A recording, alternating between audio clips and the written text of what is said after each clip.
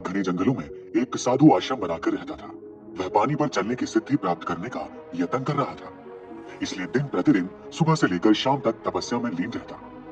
गांव में रहने वाला एक दूध वाला रोज सुबह एक छोटे से मटके में दूध भरकर उसके पास पहुंचाता था। साधु किसी भी प्रकार का अन्न नहीं ग्रहण करता था, वह केवल दूध का सेवन करता था। साधु के पास दूध पहुंचाने के लिए दूध वाले को रोज नदी पार करनी पड़ती थी, लेकिन वह रोज नियत समय पर आश्रम पहुंच जाता था।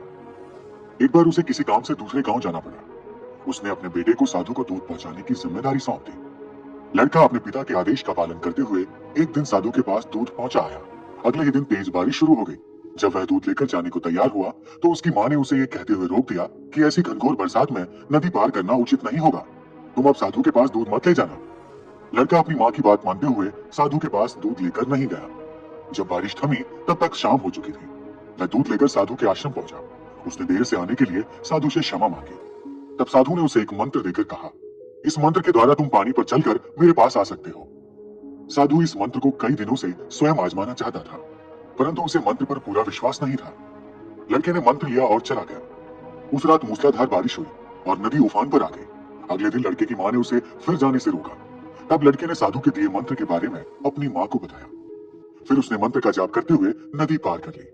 साधु के पास जब वह पहुंचा तो उन्हें धन्यवाद देकर बोला, गुरुदेव, आपके मंत्र द्वारा आज मैं नदी पर चलकर सही समय पर आपके पास पहुंच सका। आपका बहुत बहुत धन्यवाद। साधु चकित रह गया। उसे विश्वास ही नहीं हुआ कि सच में यह मंत्र काम कर रहा है।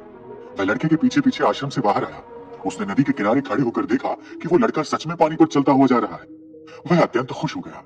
वर्षों से पानी पर चलने की सिद्धि प्राप्त करने का उसका मनोरथ पूरा हो गया था। लेकिन जब उसने मंत्र जपते हुए नदी के पानी में पैर रखा तो वो अच्छे से पैर नहीं रख पाया, क्योंकि उसे अपने ऊपर ही भरोसा नहीं था। साधु सोचने लगा, अगर यह मंत्र काम नहीं किया तो? उसने भयभीत होकर अपना पैर खींच लिया। उसका अपने ऊपर भरोसा ही नहीं था। उसे पानी में उतरने से डर लग रहा था।